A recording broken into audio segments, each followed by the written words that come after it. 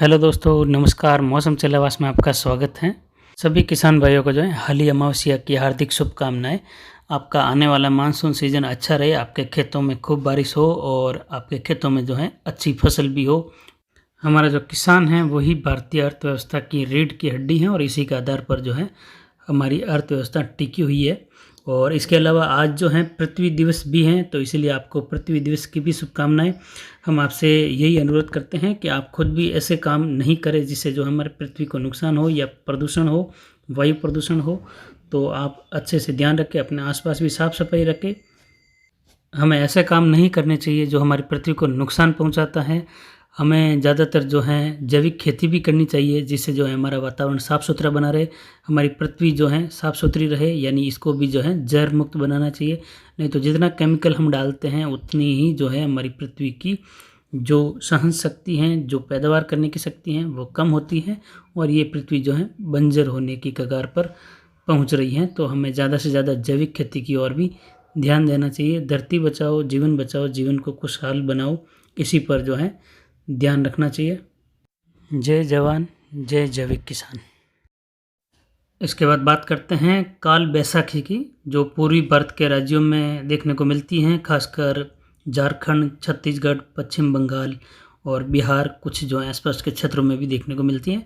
जैसे जैसे अप्रैल का महीना निकलता है उसके बाद मौसम में होने वाले परिवर्तन के कारण ही जो है उत्तर प्रदेश सहित जो पहाड़ी राज्य हैं या हिमालय के क्षेत्र हैं वहाँ से ठंडी शुष्क हवाएं जब इन राज्यों में पहुँचती हैं, बिहार, झारखंड, छत्तीसगढ़, पश्चिम बंगाल, और दूसरी तरफ से जो है बंगाल की खाड़ी से नमी वाली गर्म हवाएं भी आगे पहुँचती हैं।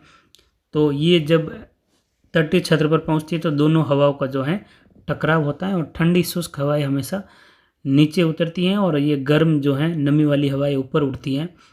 और ये हवाएं ऊपर उठने के कारण इन दोनों में टकराव से फिर ये थंडरशॉवर होता है, यानी बादल गरज वाले बनते हैं और काफ़ी ज़्यादा बिजली चमक भी होती है और अचानक तेज़ अंधड़ और तूफान भी बनते हैं। और यही काल बैसाखी कहा जाता है और ख़ास करके ये इन 3-4 राज्यों में देखने को मिलता है। और ये अप्रैल 15 के आसपास से लगाकर जो 30 अप्रैल का समय है इसके बीच में शुरुआत होती है। और अभी जो काल बैसाखी की शुरुआत है ये लगभग जो है इन राज्यों में शुरू हो चुकी हैं।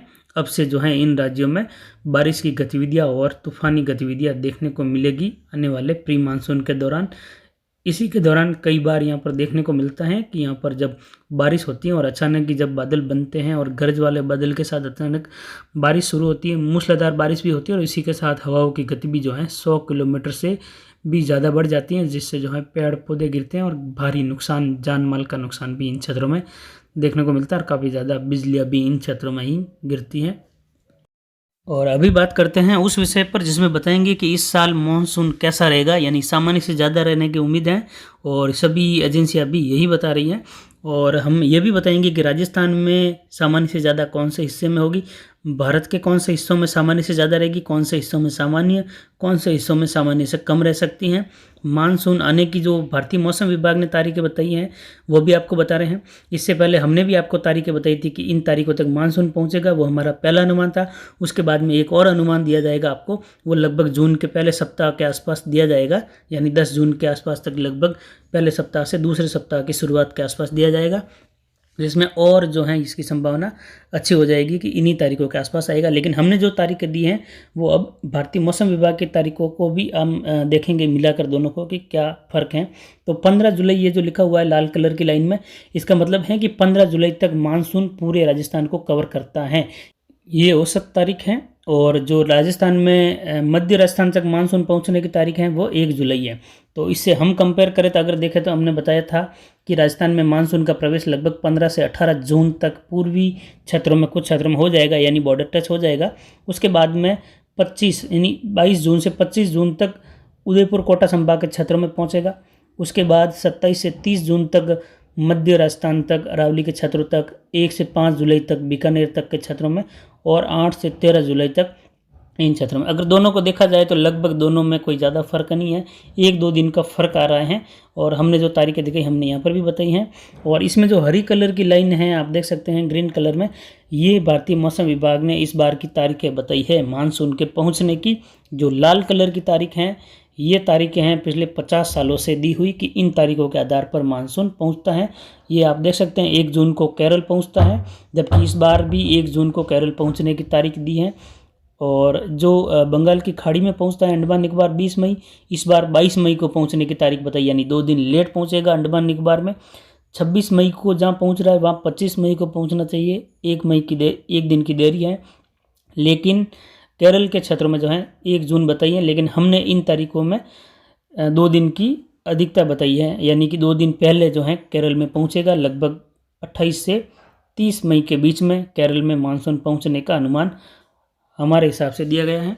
और इसमें जो देख सकते हैं कि जो 17 सितंबर जो मानसूनी वापसी की तारीख बताई है भारतीय मौसम विभाग ने, और हमने लगभग 5-7 दिन पहले एक वीडियो डाला था जिसमें हमने बताया था, और हमने लास्ट ईयर 2019 में भी मानसून वापसी के समय कई बार बोला था कि मानसून वापसी 20 सितंबर के पहले पिछले 10 सालों से कभी नहीं हुई है, तो भारतीय मौसम विभाग को आंकड़े बदलने चाहिए। तो वो आंकड़े हमने लास्ट बार दिखाया था आपको 20 सितंबर मानसून वापसी की तारीख में वीडियो दिखाया, आप वीडियो वापस देख सकते हैं। हमने दिखाया था कि 20 सितंबर से ही मानसून वापसी की शुरुआत होगी, लेकिन भारतीय मौसम विभाग ने जो आंकड़े दिए हैं वह 17 सितंबर से, यानी कि जिस तारीख का या जिस समय का हम इंतजार कर रहे थे वो समय आखिर आ गया जब भारतीय मौसम विभाग ने अपने मानसून वापसी के आंकड़े बदल दिए हैं, और मानसून आने के आंकड़े लगभग वही हैं। आप देख सकते हैं पहले जो 1 सितंबर की तारीख थी पिछले 50 साल से मानसून वापसी की, उसको अब भारतीय मौसम विभाग ने बदलकर 17 सितंबर कर दी है, यानी जैसलमेर, बाड़मेर, जोधपुर के पश्चिमी क्षेत्र, बीकानेर, गंगानगर के क्षेत्रों में अब मानसून वापसी 17 सितंबर के पहले नहीं होगी, क्योंकि ये तारीख बदलने से नहीं हुआ है, ये तो हो ही नहीं रही, इसलिए उसके लिए तारीख बदलनी पड़ी है।